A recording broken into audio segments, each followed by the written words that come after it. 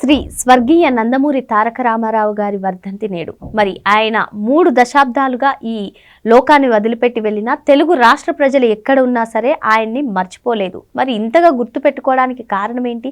ఆయన చనిపోగానే అసలు ప్రజలు ఏమనుకున్నారు? మనతో పాటుగా ఏపీ కమ్మ కార్పొరేషన్ డైరెక్టర్ అరుసుమరి శ్రీనివాస్ గారు ఉన్నారు. అసలు ఆయన ఈ నందమూరి తారక రామారావు గారి మరణ వార్త వినగానే ఏ విధంగా ఫీల్ అయ్యారు తెలుసుకునే ప్రయత్నం చేద్దాం. నమస్తే సార్.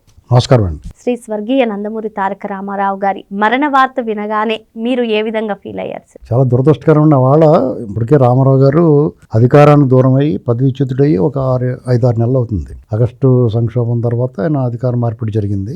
ఎన్టీ రామారావు గారు తర్వాత రాష్ట్రం అంతా పర్యటించాడు రామారావు గారు. ఎన్టీ రామారావు గారు ఆయన కూడా కొంతమంది నాయకులు ఉన్నారు.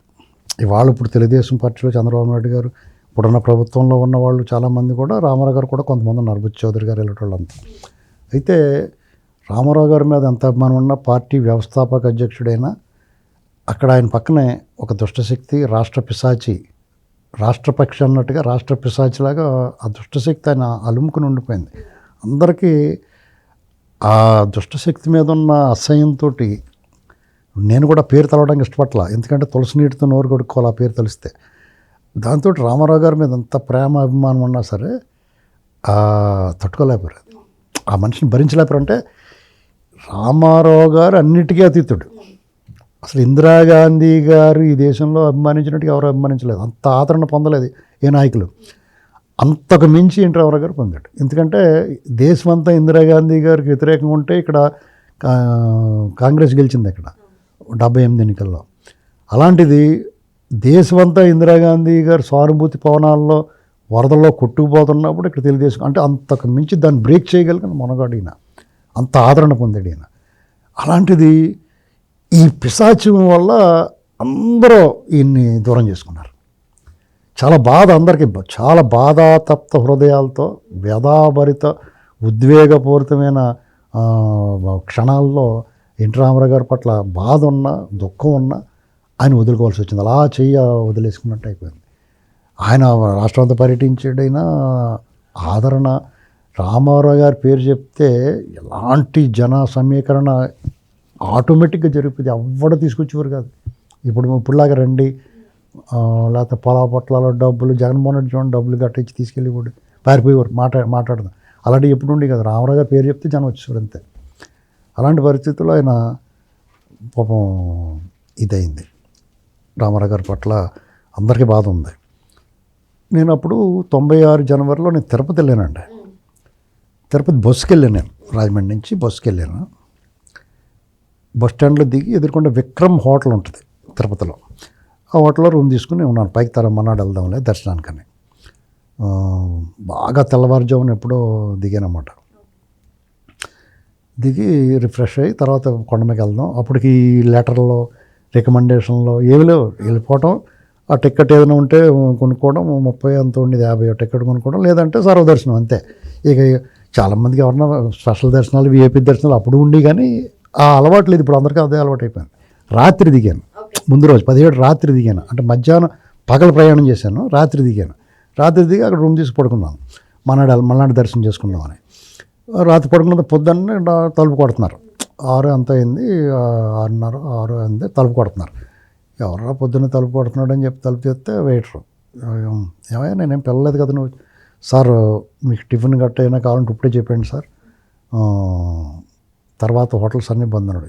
ఏమైంది అంటే బోర్మని ఇడుస్తారు, అన్నగారు పోయారండి అన్నాడు. అమ్మ గుండె జారిపి ఏంటర్ ఎలా జరిగిందంటే, సార్ అది ఏం జరిగిందో తెలియదండి, ఇంకా సార్ అన్నగారు చనిపోయాడు. బయటకు వచ్చి చూశాను.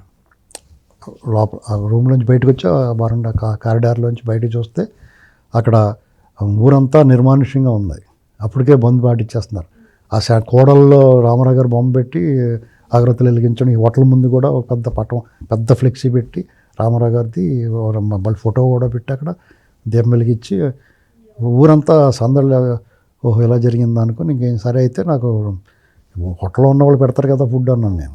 అంటే ఫుడ్ సహించకపోయినా అసలు ఏంటంటే హోటల్లో ఉన్న మీకు ఉన్న ఊరికి ఫుడ్ ఉంటుందండి, మీరు బయటకు వెళ్ళటానికి అన్నీ బంద్ ఉన్నాయి, ఇంకా ఇక్కడే ఉండాల్సి వస్తుంది. సరే అయితేనే చెప్పేసి టీవీ పెట్టినప్పటికీ కొత్తగా ఈ టీవీ, జెమినీ టీవీ 2 ఉండి టీవీ పెట్టుకుంటే ఈ రామారావు గారు దగ్గరికి వెళ్ళేవాళ్ళు వచ్చేవాళ్ళు.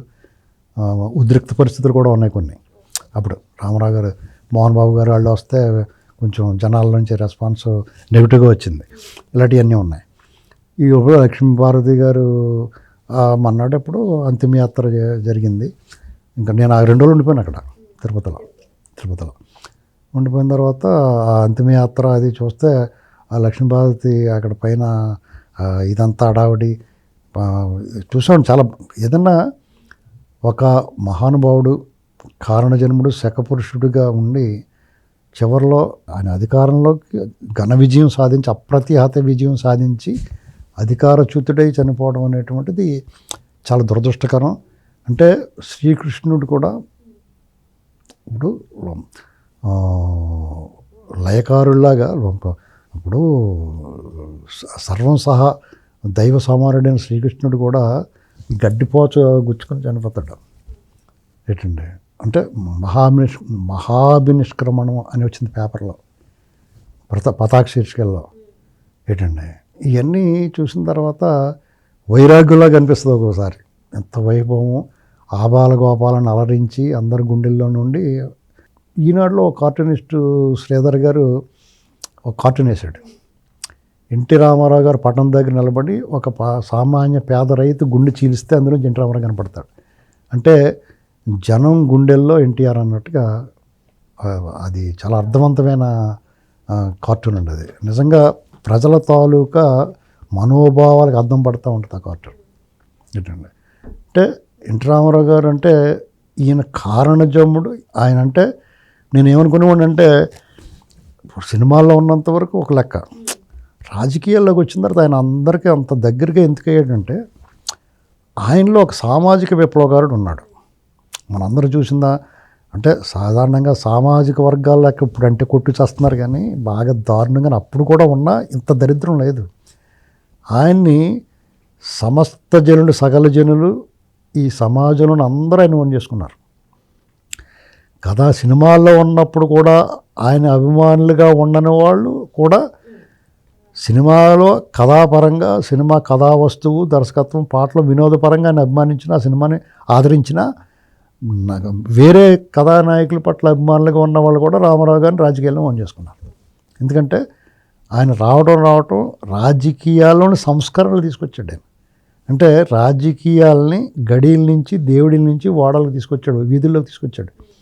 అంటే సామాన్యులకి రాజ్యాధికారాన్ని దక్కేలా చూశాడు.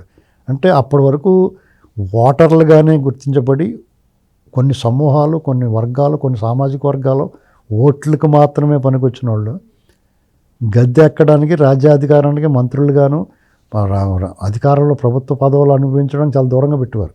వాళ్ళకి ఏమైనా రిజర్వేషన్ ఉంటే అంతవరకు ఇచ్చి మిగతాదంతా మీకు జనరల్ సీట్లో కూడా ఆయన ఇచ్చేవాడు. ఆయన అంటే యువకుల్ని, విద్యావంతుల్ని బాగా చదువుకున్న డాక్టర్లు, ప్రొఫెసర్లు, లెక్చరర్లు, టీచర్లు, ఇంజనీర్లు ఇలాగనమాట వాళ్ళందరికీ అవకాశం ఇచ్చి అంటే రాజకీయాల మొత్తాన్ని కూడా ఒకసారి ఒక సమూల ప్రక్షాళన చేశాడు. ఆయన పరిపాలన కూడా ఆయన విప్లవాత్మకమైన మార్పులు తీసుకొచ్చాడు. అంటే మహిళల పట్ల ఆయన ఎంతో గౌరవం, మర్యాద. మహిళలకి ఆస్తిలో సగభాగం ఎంత ధైర్యం అండి వాళ్ళకి. ఇప్పుడు 1,00,000 2 లక్షల కట్నం ఇచ్చేసి లేకపోతే 10,000 20,000 కట్నం ఇచ్చేసి నీ పని అయిపోయింది వెళ్ళిపోమనకుండా వాళ్ళకి సగభాగం అనేటప్పుడు వాళ్ళకి ఎంత మనోధైర్యం. నీ చేతిలో 10 రూపాయలు ఉన్నదానికి 10,000 నీ జేబులో ఉన్నదానికి తేడా ఉండదు. 10 రూపాయలు ఉన్నప్పుడు బిక్కుమంటూ ఉంటాం, అదే 10,000 ఉంటాం సర్లే మనం వెళ్ళొచ్చులే అనుకుంటాం. ఆ ధైర్యం మనోధైర్యం ఇచ్చాడు. అలాగే వాళ్ళ పట్ల గౌరవం ఉండేది. చేనేత వస్త్రాలు కానీ ఇలాగా బక్కాయిలు నిర్మించడం కానీ సామాజిక పెంచాల్లో ఇలాంటి అనేక విషయాల్లో అయినా ఒక రకమైన మార్పు తీసుకొచ్చాడు. అదే ప్రజల్లో 2 రూపాయల కిలో బియ్యం అయినా లేకపోతే తాటి చెట్ల మీద కళ్ళు గీత కార్మికులు ఉండే దానికి పన్ను ఉండేది. ఆ పన్ను తీసాడు ఆయన. మాకు ఇమీడియట్గా అందరికీ తెలిసింది ఏంటంటే Rajahmundry road come railway bridge ఉండేది ఇప్పుడు ఉంది కదా, దానికి టోల్ గేట్ ఉండేది. ఓ చిన్న కర్రోట అడ్డంగా కట్టి అక్కడ టికెట్ చింపించి రూపాయి, 10 రూపాయలు, 2 రూపాయలు అలా వసూలు చేసేవారు. కారుకి, లారీకి, సైకిల్ కూడా తీసుకునేవారు. స్కూటర్లు కాట్లకి రామారావు గారు వచ్చిన తర్వాత సైకిల్ కూడా తీసుకునేవారు అనుకుంటా. నాకు మాత్రం స్కూటర్ ఉండేది. స్కూటర్కి, కార్లకి, లారీ పెద్ద వాహనాలకి తీసుకునేవారు. అది సగం డబ్బులు దాని ఆక్షన్ అన్నమాట. అది పాడుకున్న వాళ్ళు కాంట్రాక్టర్ ఎవడన్నాడు ఆడికి కూడా సున్నం పెట్టేసారు, సగం టికెట్లు దొంగ టికెట్లు పెట్టేసి దొబ్బేసేవారు వాళ్ళు. దాన్ని మొత్తానికి ఎత్తిపడేసాడు ఆయన ఫ్రీ. రావటమే ఇంటరామరావు గారు రావటమే మాకు ఇమ్మీడియట్గా రిజల్ట్ అది. అలాగా ఆయన ఇప్పుడు అప్పట్లో బడ్జెట్ అంతా 15,000 కోట్ల బడ్జెట్ అంతే రాష్ట్రం మొత్తం బడ్జెట్. ఇవాళ 2 లక్షలు 3 లక్షల కోట్ల బడ్జెట్ ఉన్న రాష్ట్రాల్లో అప్పుడు 15,000 కోట్ల బడ్జెట్ అంతే 83 ఆ ప్రాంతంలో. ఆయన 84 సంక్షోభంలో ప్రజాస్వామ్య పరిరక్షణ ఉద్యమంతో ప్రజలు తిరగబడి ఉద్యమం చేసి ఒక నాయకుడిని తన పదవి కోల్పోతే తిరిగి ఆ పదవి పునఃప్రతిష్ఠించారు. ఇది ఈ ప్రపంచ చరిత్రలోనే అరుదైన ఘటన, ఫస్ట్ ఆఫ్ ఇట్స్ కైండ్. ఎక్కడా జరగలేదు అది. ఇందిరాగాంధీ గారు ఉక్కు మహిళ అని పేరు పొందిన ఇందిరాగాంధీ గారు ఈ దేశంలో అత్యంత సమ్మోహక శక్తి ఉన్న నాయకురాలు ఆవిడ. దుర్గాదేవి మహావక్త, కవి, మానవతావాది వాజ్పేయి గారు ప్రతిపక్ష నేతగా ఉండి ఇందిరాగాంధీ గారిని అపర కాళిక దుర్గాదేవిగా వర్ణించాడు ఆయన. అటువంటి వ్యక్తి ఎన్టీ రామారావు గారికి వచ్చిన ప్రజల్లో ఆదరణ. అప్పట్లో రాజకీయాలు విలువలు ఉండేవి. ప్రజల అభిష్టానికి వ్యతిరేకంగా వెళ్ళకూడదని తిరిగి ముఖ్యమంత్రిగా కూర్చోబెట్టాడు. అంటే ఇన్ని విశేష గుణాలు, ఇన్సిడెంట్లు, అనేక సంఘటనలు విశేషంగా. అలాగే ఆయన పదవీచ్యుతి కూడా అలాగే జరిగింది. ఆయన మరణం కూడా అలాగే సంభవించింది. దాని మీద కొన్ని ఏం మాట్లాడినా వివాదాస్పదం అవుతాయి, కానీ ఎవరి కాళ్ళు గుండెల్లో అణిచేసుకున్న కొన్ని విషయాలు మాట్లాడుకోలేక. ఎందుకంటే దాన్ని వివాదం చేయకూడదు, ఆ మహానాయకుడి మహాభినిష్క్రమణాన్ని వేరే నెగిటివ్గా కోణంలో వెళ్ళకూడదు అని కొంతమందిని పట్ల ఉదాసీనంగా వ్యవహరించడం జరిగింది. ఇవాళకి పేల్తా ఉన్నారు వాళ్ళు ఏంటండి. కానీ ఎవరు ఎలా మాట్లాడినా ఆ వ్యక్తి ఇవాళకి కూడా ఆయన చనిపోయి 3 దశాబ్దాలు గడిచింది. ఆయన రాజకీయాల్లోకి వచ్చి 4.5 దశాబ్దాలు అవుతుంది.